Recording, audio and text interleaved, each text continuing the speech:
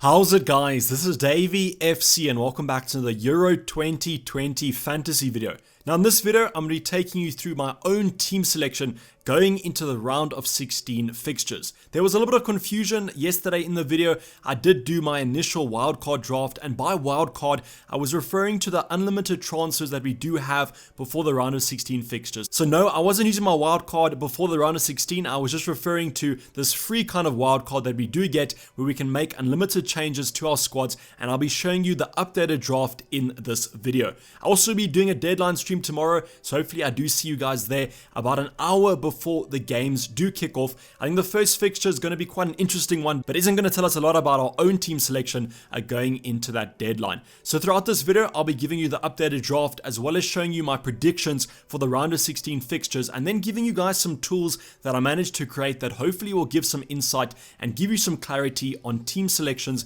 going into that round of 16 deadline. But for now, sit back, relax, and let's get straight into it. So going over a quick review of how we currently set up for this round of 16 deadline.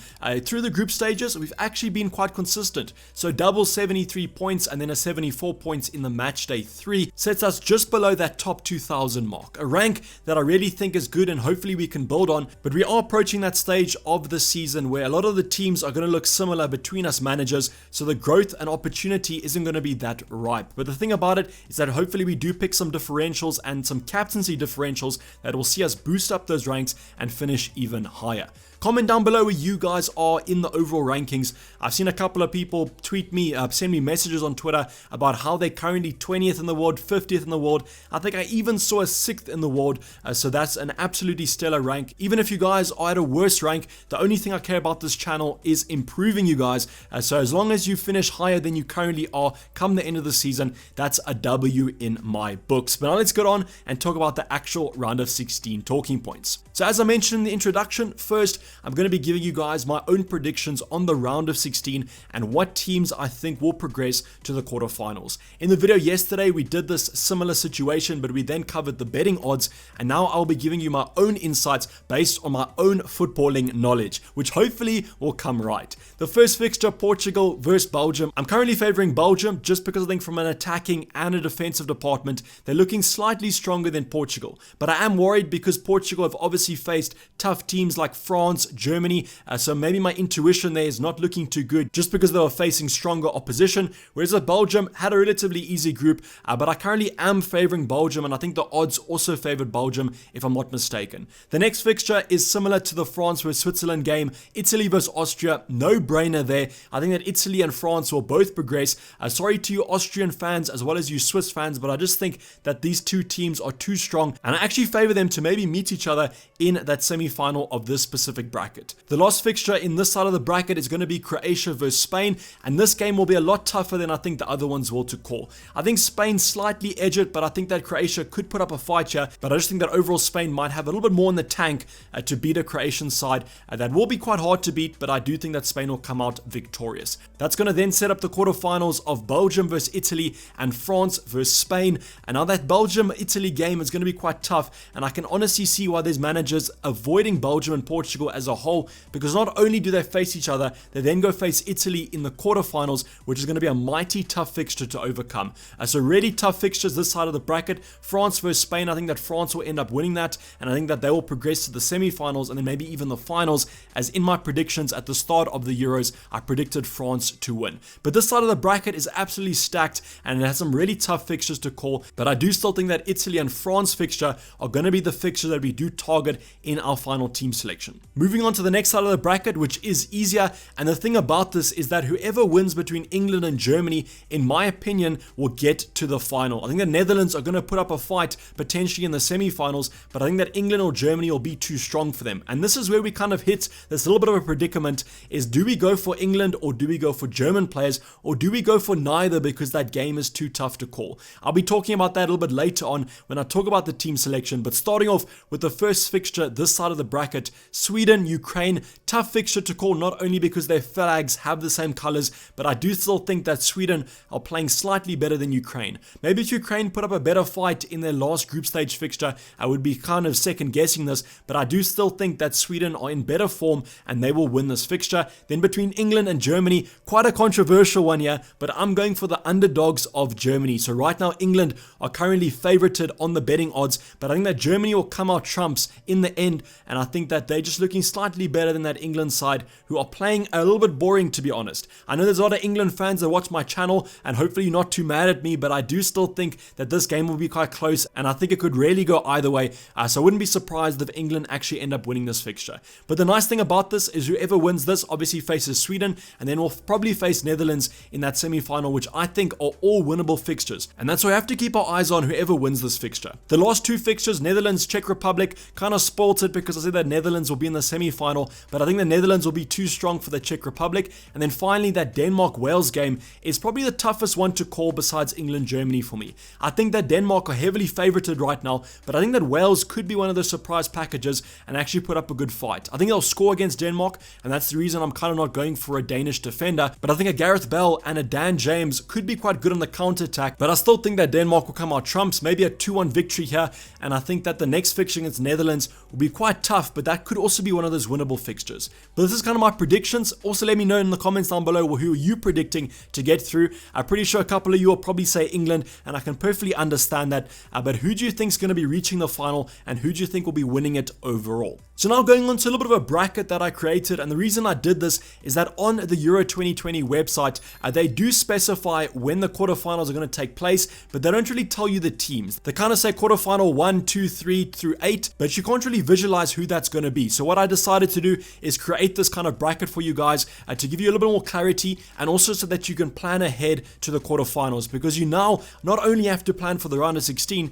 you have to plan for the quarterfinals, the semifinals, and the final, unless you do have a wild card. If you have a wild card, just simply ignore this kind of talking point and just skip ahead to the others, because you have the luxury of not having to plan ahead and just kind of go for the best players for a single game week. But what I've done is I've sorted the quarterfinals according to their match day, which is only 2 match days. It's going to be Friday the 2nd of July and then Saturday the 3rd of July.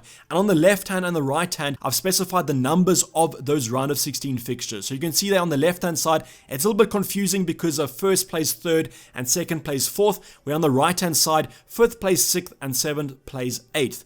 So a little bit of a nice combination there, but what you guys can see is the potential quarterfinals and their dates. And the reason why I'm doing this is that I wanted to give you guys a little bit of planning ahead, so you can say maybe go for a goalkeeper that plays on Friday and go for a goalkeeper that plays on Saturday, or manage to rotate your kind of captaincy options throughout the quarterfinals. So just pause the video now if you want to use this for planning, but hopefully you guys do appreciate. I know it was a little bit of work here, but I do think it's worth it in the end of the day to get a better vision of the future so that we can plan ahead for our team selection going into the round of 16. So now the next talking point is one that you'll see is quite similar to what we spoke about yesterday, but thanks to Harry over on Twitter, he reminded me that I did use the win percentages instead of the qualify percentages, and why that could be a little bit of a difference is that the win percentages are based on 90 minutes, and maybe the game goes to extra time or penalties. That could change the odds. We're not really looking at the odds, so don't really worry if you use that kind of a table, because we're just kind of looking for a difference between the fixtures and ones that we can target. So win percentage, qualify percentage, relatively the same here,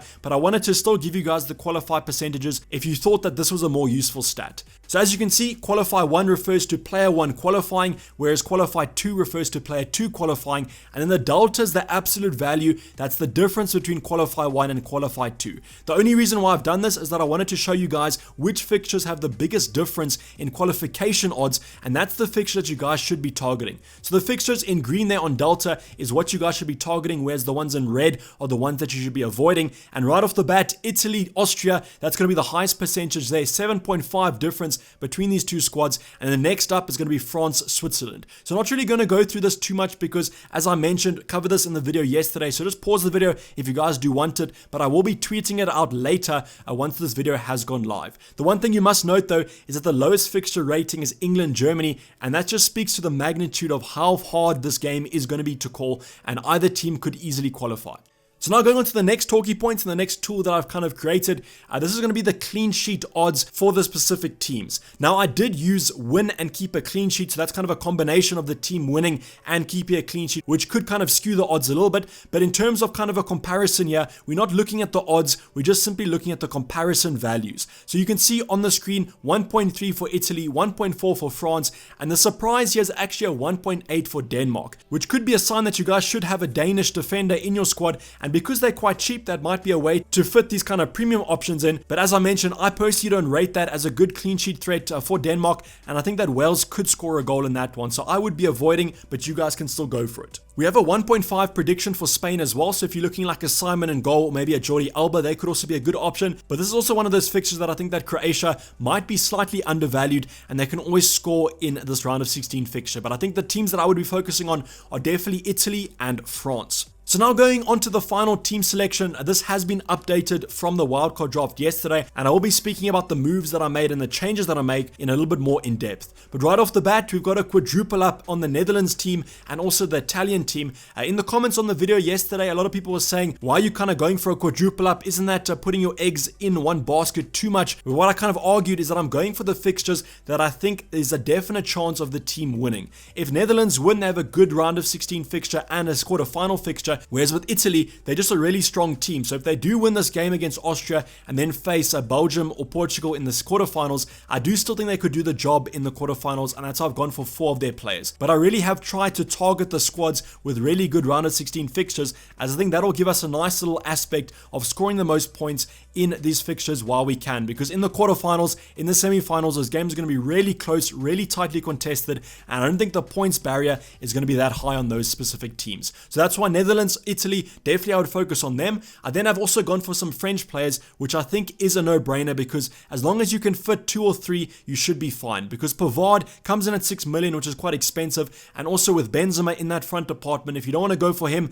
Griezmann, Mbappe, those players are quite expensive. But against Switzerland, I'm expecting a French win, and also they potentially face Spain in the quarterfinals, which I think they will win as well. So I kind of spoke about why I went for Benzema over Griezmann or Mbappe yesterday, and the one thing I said was that Griezmann might not be on penalties, but he actually is. Apparently he gave the penalty to Benzema in that Portugal game, so as long as he keeps on giving Benzema the penalties, I'll be perfectly happy. But I just think at that price bracket, it's a little bit hard not to go with Benzema, considering his scoring threat in the Euros currently. So I would still go for him over maybe an Mbappe or a Griezmann, as I just think I would rather go for that out-and-out striker, even though Mbappe has a better chance of a counter-attack, and probably Griezmann at that midfield slot might get an assist or a better goal threat. But I think that Benzema currently is my favorite French striker, and that's how I've gone for him. And then I still have gone for Lukaku here, as I just wanted a little bit of a Belgium option, and since I'm not going for De Bruyne, I think that because I predicted Belgium to beat Portugal, I think that I have to go with one of those Belgium options, because they're usually quite highly owned,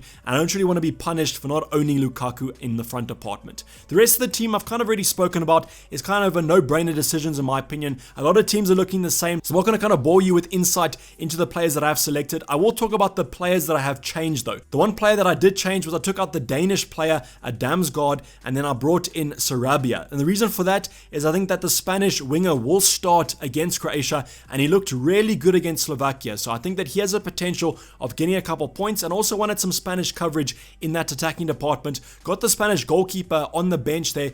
He hasn't changed since that wildcard draft yesterday, because I just think Stecklenburg, Simon, both these two players will play on a different quarterfinal if they do progress. So that's perfectly fine in my opinion. I then have taken out Kai Havertz and I've brought in Forsberg. And the reason for this is I think that England-Germany game is going to be super close, whereas I think the Sweden-Ukraine game is going to have more goals in them. And that's why I've gone for Forsberg here, because he's guaranteed to start for Sweden, has been on really good form for them, and kind of got a lot of fantasy points in the group stages. So at 7.7 million, I think he's worth it, and I would rather have him over Kai Havertz. The rest of the team is kind of self-explanatory. If you want to go for some more insight, check out the video yesterday, because I went into quite an in-depth analysis onto why I selected these quadruple ups and the players in those quadruple ups and why they're the best options out of those respective nations. But this is basically wrap up the video, guys. Hopefully you did enjoy it. Please don't forget to like it if you did, and subscribe if you're new or have not subscribed yet. As I mentioned in the introduction, I will be seeing you guys tomorrow in the deadline stream, where we will be finalizing our round of 16 wildcard team